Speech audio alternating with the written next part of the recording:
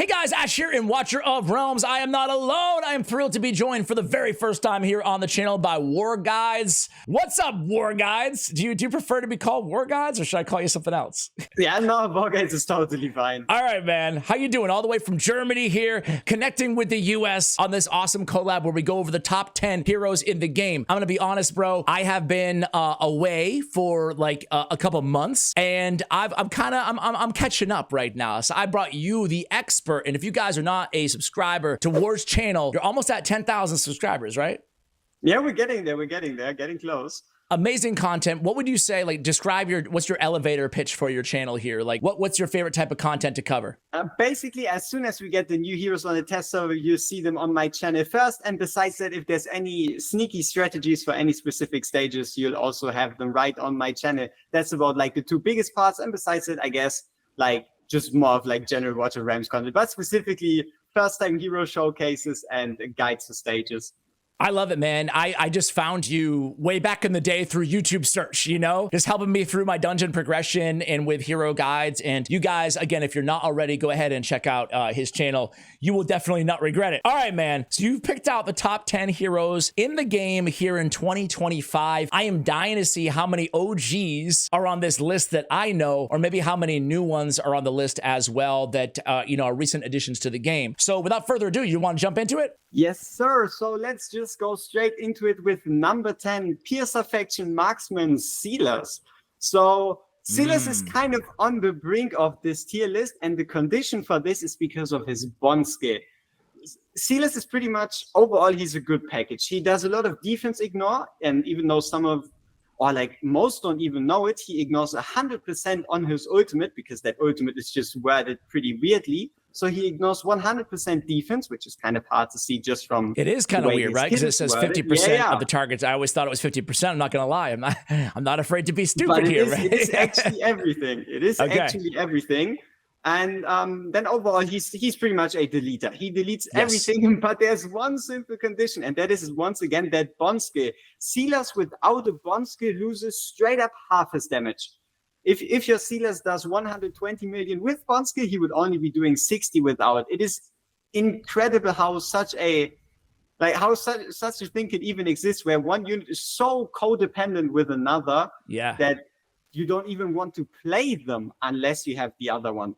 But yeah, if you do have him, he is pretty much your all-deleter, single-target monster. That's about how you describe him, I'm honestly surprised. It probably speaks to the power creep over the years, or the year and a half or whatever. I'm surprised he's number 10 on the list, because this guy, like, I think more so than any other just damage dealer, just the notable difference he made, and it all has to do with, like, when you get these heroes too, but the noticeable difference he made on my account, like, I was working through Void Rift progression, and he's, to your point, he's just like, boom, boom, boom, dead, you know, like, in the arena, anywhere, right? So I love Silas. Who you got at number 9? At number 9, we would actually be going with Dolores. Yeah, okay, I love it. Number 9. Cool to see an epic on the list, although it's not going to surprise anybody, right? Yeah, but I mean, she had to be here, but the positions, obviously, it depends, right? Yes. But yeah, the main reason she's here is because you need inspiration. There never really has been any type of end game content, early game content, mid game content that wouldn't have been cleared easier if you just brought an inspiration hero. Inspiration in general is just way too strong of a buff, because the way obviously inspiration works is that it takes a percentage of the total attack of your unit and then puts it on other units. So for example, with Dolores, it would be 60%. And also something that gave her even more of a power boost is the introduction of exclusive gear. Dolores actually got an exclusive gear piece, which adds another 20% to the chance that she already has to regain rage after doing her ultimate. So if Dolores does her ultimate, and normally unawakened, it would be a 50% chance. If you then awaken her to A5, it's an 80% chance. And if you then also possess her exclusive artifact, exclusive equipment, she goes all the way up to 100%. Every single ultimate you trigger, she's going to get 33% to the next one already. It is broken. That is insane. Dolores still remains one of the best, if not the best, epics out there in the game. Good to see. Good to see. For sure. Yeah. And obviously, alongside Dolores, we have to shout out two other units that pretty much share the same space. And that has to be number one, Constance, which is pretty much a Dolores on the ground with a bit more health, a bit less inspiration, and slightly less rage regen, but nonetheless viable and valuable, especially for example, Guild Boss 2, where you want to run 2 stages and one of those units gets locked out. So you always kind of want to aim for 2 inspiration units. And then the next on Friday, about to be released, Beelzebub, he's also going to be the same inspiration category, but he'll also bring some extra vulnerabilities, extra damage, and again, slightly less inspiration to the table. So all these 3 kind of share the 9th place. All right, sounds good. The inspirations come in at number 9. Who we have at 7 or 8 rather. We're not gonna skip 7. We're gonna go 8. I mean, we could also skip Hudson, and yes, Hudson on number 8. Another one of these super progression heroes that you just feel like you pull them and then you are straight in the end game. But that's also kind of where the problem lies. That is, she's not that prevalent, and it's also one of these drawbacks of like AoE focused units, because the last pieces of endgame content have all pretty much boiled down to hit one unit as hard as you can and succeed. So a unit that only provides AoE damage and also can't use the passive that provides the defense down unless there's 2 targets on the field, it just falls slightly off. But if you're looking for a place down and delete button for any group of enemies that, at least not like Gear Dungeon 1, are physically resistant, Hudson is obviously still the way to go. Her multipliers, even on her ultimate to this day, are incredible. The amount of damage she can put out in how long is her ultimate? Yeah, 3 seconds up to what, 4? Yeah. Yeah, and then these multipliers, every, I think 0.3 seconds, it is still a ridiculous amount of damage, which means she's still in the top 10 even to this day, considering the fact she was still here since launch. Yeah, man. Again, an old school that was one of my, I was so lucky when I first legendaries. And to your point, I mean, that freaking ghastly burst is nutso. I love it. I love the AoE. It's just an AoE deleter. I love her invisibility too. Like it's nice to have in some situations. So I'm glad that she still makes the top 10. So now we come to the last epic to be able to make the top 10. Ooh, let me guess. Above Dolores, and that has to be. Any guesses? Above Dolores, though. This is a shocker to me. Yeah, my guess would be Hollow. No. Ooh, okay. I love Hollow, bro. Laurel? Absolutely. Laurel has to come in as a clear number. Yeah, let's call it number 7. Yes. Because even though you can replace a Dolores with another inspiration unit, there's just nothing you can do against a straight up 50% rage boost to the surrounding 8 tiles. Whoever came up with this idea to create this unit, yeah, it is pretty much the standard combo for any piece of endgame content. You just put in a Volker for the 25% respawn reduction, and then a Laurel, giving you a 45-second cooldown on a 50% rage buff to 8 surrounding tiles. It is pretty overpowered and also super low investment, because you need neither awakenings nor do you need to actually fully bring her to 6s. You just need to bring her to a 5th promotion and you're already done. Insane, man. Insane. She's still used basically on all the top or most of the top teams. It's pretty much, if you find a way to use her in any piece of content, she's still best in slot. You'll still occasionally, or pretty much in all teams, see her in Guild Boss 1. In Guild Boss 2, she got a bit, the developers didn't like her that much because there's a penalty for removing units and placing them back in. There's a Laurel penalty. Gotcha. Yeah, exactly. There's the anti-Laurel barrier. But overall, she's still, wherever you can use her, she's still going to, because at the end of the day, this game is all about how strong is your ultimate and how often can you use it.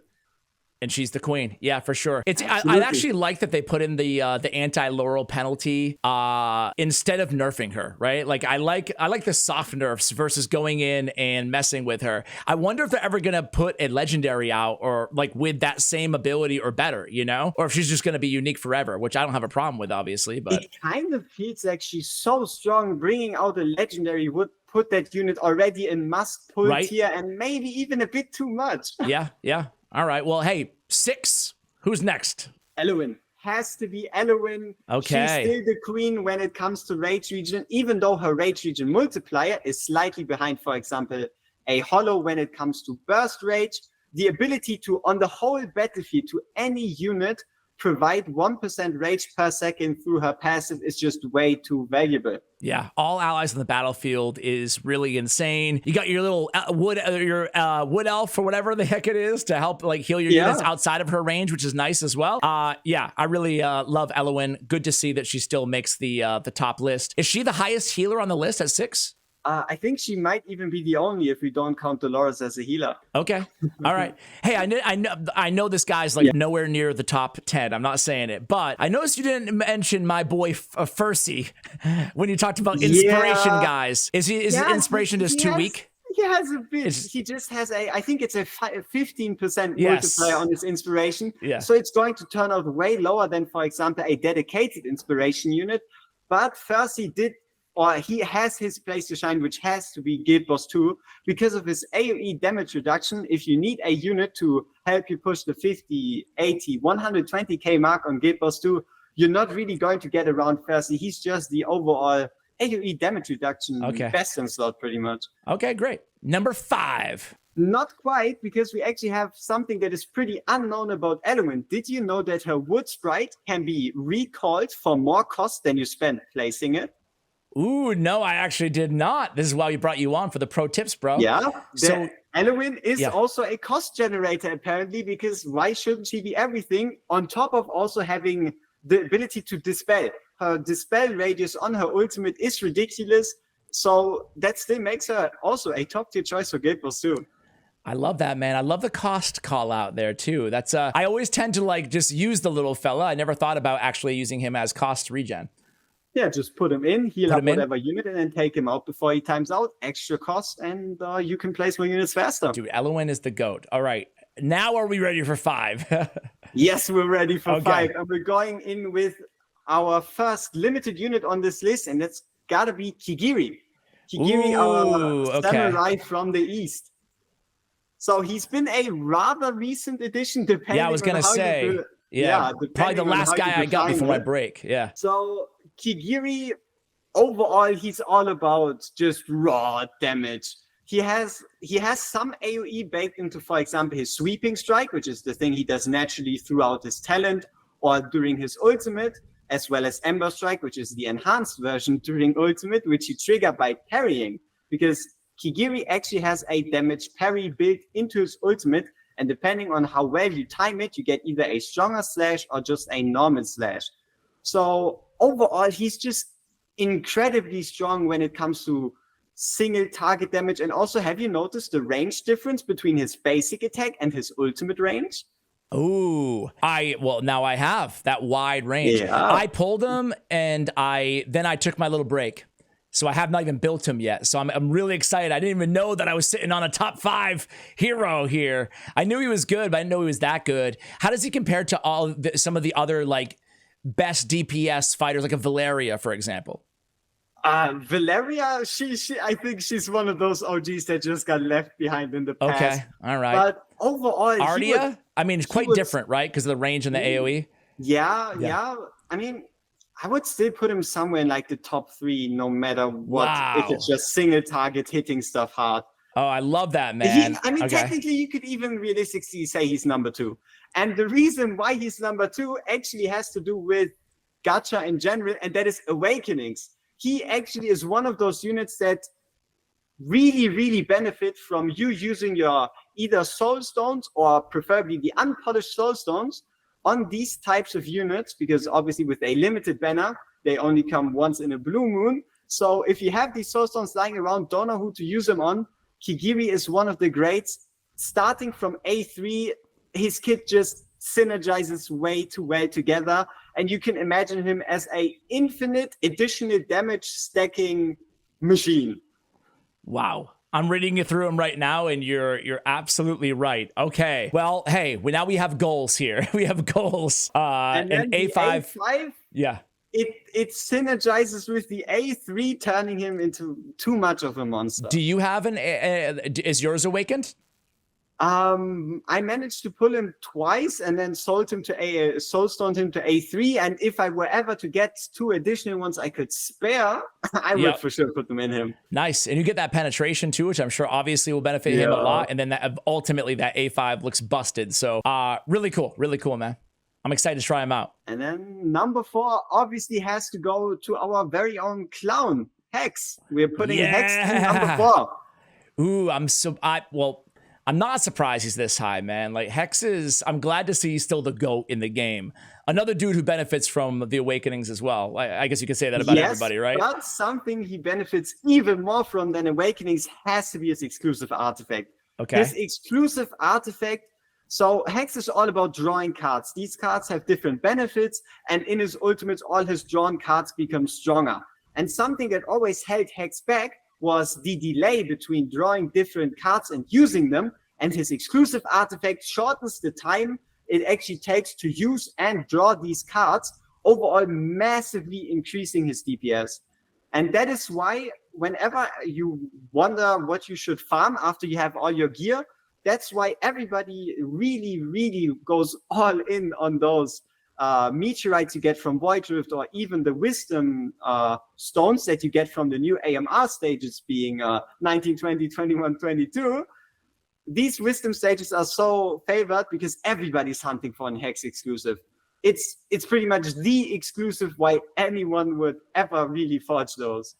Oh man. All right. We're going to add that right to the top of the to-do list, because I was a fan of Hex without the exclusive artifact set. So I am really, really excited, man. Yeah. And then if you combine it with the Awakenings, you get a unit that easily shoots into the hundreds of millions when it comes to Guild Boss 1, or potentially, even if you want to, into a billion to Guild Boss 2. It is ridiculous potential in that exclusive artifact. With the exclusive artifact set, with the Awakenings, compared to a Silas fully awakened, for example, are we still looking at more damage? Silas just can't keep up, right? Yeah. Even with the bond skill and everything in between, if you were putting them equal, let's say both would be, for example, A5, maxed out everything, you would still be looking at probably a 50% damage difference between a Silas and a Hex. Bro. It is crazy the amount of damage you can put out if you have invested in this exclusive artifact. All right. Wow, I'm excited. Who the heck is above Hex? Number 3. Last limited on the list, and also newest unit to arrive, if we do not consider Yuri, and that has to be Wukong. Wukong, we got him all around Christmas, and he went nuclear. That's pretty much how you describe him. It's funny because he's one of the best champions in Raid Shadow Legends, Sun Wukong, and it's cool to see him live up to the hype in Watcher of Realms. I was not playing when he was released, but I took a chance and I threw him on the thumbnail, so I'm glad I wasn't wrong. Yeah, it always feels like they take a look at his myth and they're like, okay, we can't like underpower him, so here you go, strongest unit in the game acquired, thank us later. Heck yeah, why is he so good? Yeah, why he's so good is because he has the ability to summon clones of himself. So he's actually probably the strongest summoner in the entire game, with like a very underdeveloped faction in general still. And these clones also have obviously stats based on him. So he can summon up to 3 copies of himself. That's so cool. Stats of himself, and also he boosts these clones throughout his passives, where basically he does like, let's say 40 to 45% of his damage, and the rest comes like from all these clones just hitting and hitting. And that's not even where it stops, because his clones, they also provide him with the ability to use even more ultimates. So his ultimate actually is pretty simple. It's just hit 18 times, do 100% damage per hit, and that's about it. So you get 1,800% damage every single time, but the cost of the ultimate is really low, and also his exclusive artifact. Do we have his exclusive artifact? Did you manage to get that one? No. I don't even have him, bro. You don't? Oh no! No, man. I was off. I was on holiday vacation. I missed one of the best heroes in the game, man. I'm bumming, man. Yeah. So his exclusive artifact actually gives him even more rage whenever one of his clones gets summoned or even disappears. So he's constantly reinforcing himself in a cycle of pure damage. Oh my word! And also, he's also, again, next to Kigiri, one of these units where you just want to use your unpolished soulstones on. With unpolished soulstones obviously being the ones that you can't use on lords, but have the ability to use on everything that isn't a lord. So his A1 is decent. It just pretty much gives everyone a extra life, where if they were to die, they just come back from the dead. Sounds decent to me. Yeah. You really want your units to die anyway. But the A3 is what allows his clones to become even stronger and also gain the ability to stun. So with that A3, I don't know if you've played Guild Wars too much, but one of the things you always have to plan around is the chainsaw that the boss uses. And to stop that chainsaw, you either would want to freeze or stun it to pretty much reduce how much power this chainsaw has. And Wukong is, I think, the only real DPS that can completely stop the chainsaw by himself at A3. Wow. So you make up 2 or 3 spots on your team just by using him to completely stop that chainsaw. And also the damage multiplier on his A3 is nothing. So he's gone forever now? It kind of feels like it. Oh, I mean, no. when would we be getting him back? Maybe 3 to 6 months? Oh, no, but hey, man, 3 to 6 months is better than never. But yeah, I'm kind of bumming here, man. Yeah. But he sounds amazing. Congratulations. If you guys let us know if you have him in the comments. I imagine a lot of you watching probably do. But yeah, that sounds nasty. The control, the damage, the clones, the snowball effect, man. Like, that's a lot of control, too. And then you add on top the A5. The A5 is one of the longest and strongest awakenings in the entire game. That's pretty much how you describe the A5. Okay. Oh, my word, man. Yeah. Okay. Yep. Well, hey, there it is. Monkey King himself. Yeah. More damage. Ultimate does twice the damage. Everything works better, and he does even more damage. So, you know about Guild Wars 2, how your goal is to hit 120,000, right? And it is one of like the hardest challenges for most accounts. If you are in possession of a A5 Wukong, he can be your solo DPS. He's that strong. There's been people putting out 1.2 billion damage on Wukong. Oh my word. That is nuts, man. That is nuts. All right. Well, hey, now I'm feeling really, really bummed out. Wish I had logged in for that banner at least, right? But it is what it is. Who you got number 2, man? Hopefully it's somebody I have. Actually, I have guesses at 2 and 1 here. Okay. You said it. Praetus. You have him? I do. Oh. Yes. I mean, that's at least something. I do have a Praetus. Yeah, I can't freaking complain, bro. I got the heroes without the gear. I recently did basically a full account review, and it's like, yeah, you got a lot of the good heroes. You got some great awakenings, but man, you need to farm like you've never farmed in your life for gear. So that's where I am on my account right now. But let's talk about Praetus. I mean, this guy was busted since he was introduced to the game. I'm obviously much more familiar with him. I use him all over the place. Even his talent alone is insane. But talk a little bit about, why he's so great right now in your eyes. He just does it all. I think that's something that sums him up pretty well. There you go. So, for example, he has a single passive, and that single passive completely replaces Calypso as a unit. A single passive completely dispatches a whole other unit, because he also summons units, or summons that also attack with him, which completely is Calypso's kit baked into a single passive. No big deal. Then, let's just start there. Yeah. And then you have his Lord skill. His Lord skill is AoE on the field, damage buff, damage deal, and stun all baked into one. Yeah, not bad, right? Not bad. It's also staged. You can even charge it up. You don't even have to place him. Yeah. And you still get the 15% stat benefits on top of that. Do you, this might be a dumb question, but we're never afraid of dumb questions here on the channel. Do you generally power him? Do you just wait for the full power scale, or, is every situation different? It's sometimes situational, especially in arena. It's mostly, can you one-shot or can you kill away faster if you use it now? But for the most part, you're pretty much just fine waiting for 3, getting the maximum damage buff, getting the maximum hits, and just rolling with it. Also, Praetus is one of the easiest units in the entire game to build. Attack. Yep. That's Praetus. As much attack as possible. What about having arbiters on the team with him, right? Like, how essential is that?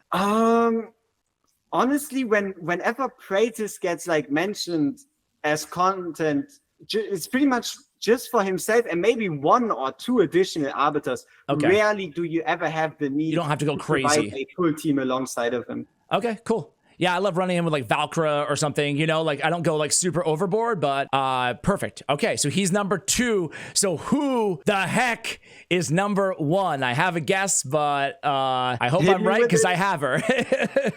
Who could be number 1? Ingrid. No. Okay. Indeed.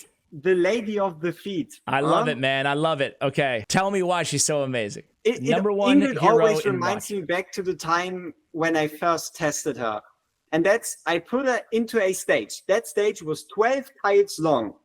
I put her on the very far left, faced her to the right, and her goddamn laser beam hit the entire stage. This laser has basically an infinite duration. And you're like, it just what? goes from here to infinity. So yeah, she has AoE.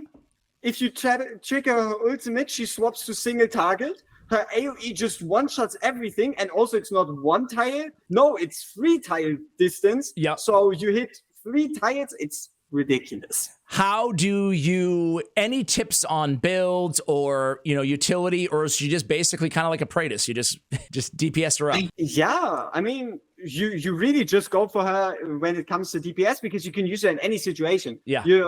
Maybe I need to hit more enemies. Yeah, swap to the AoE stance. You need to hit less enemies, more single target damage, swap to the single target stance. Even if you forget about it and she hits AoE against single target, it still does way too much damage. Insane, man. Yeah. Well, hey, I'm thrilled that she's number 1. Do you have anybody or anything else on Ingrid, by the way? Or basically that's it. She's the beast. I mean, obviously, Ingrid, it wasn't even enough. Her awakenings, right? If you're looking for someone to spend your awakening legendary soulstones on, Praetus, Ingrid, obvious choices. And yeah, she basically, the way Ingrid works is she attacks and then she gets a stack. And every time she gets a stack, she also does one of those big attacks. Yep. And then if she has enough of these stacks, she enters a state where she pretty much just fires these big attacks back to back to back to back. Damage. Yeah, that's Ingrid. That's Ingrid. That's Ingrid. I love it, man. Well, any honorables that were like right on the list, but you had a hard time taking off that you want to give a shout out to real quick, or? Balderon. Okay. It has to be mentioned. Yeah. Like, it hurts my heart not having him included in this top 10. Well, I don't have him, so it's okay. I'll forgive you then. How about give me a lord, one of your favorite lords that wasn't on the list? Torador. Okay. Just because we have Kikiri on here, nightmare. Yep. We have Wukong on here, nightmare. You have Lust, who's also incredibly strong. You have Arrogance, who's incredibly strong. You smash in other heroes like a Hatsit, and you're looking at basically, I guess if you compare, if you leave out Arbiters or equally the strongest faction in the entire game being the Nightmares, it's getting to the point where you feel like every unit that releases is like Nightmare and then something else. We're getting too many Nightmare units, Nightmare Tsunami. Okay. So yeah, Torador, strongest lord for the strongest faction. I love it, man. Well, I love it. Well, hey, War Guides, you have been a pleasure to come on, man. I love your energy. I love the tips, the side notes that you had on all of these heroes. A billion times better, God knows, than I could have done. So, guys, perfect time to go ahead and visit his channel. It'll be in the pinned comment and the description of this channel. Thanks again for coming on, man. Really appreciate this. This is really fun. Yeah, it was pretty much just good vibes along the way. Best way to spend your day. Of course, man. Talking about the best of the best in Watcher of Realms. Guys, we're going to end it there. Who do you have on this list? Anybody? Let us know. Brag a little bit in the comments. Or if you don't, who do you most want in the comments below? Thank you for watching. And as always, take care, guys.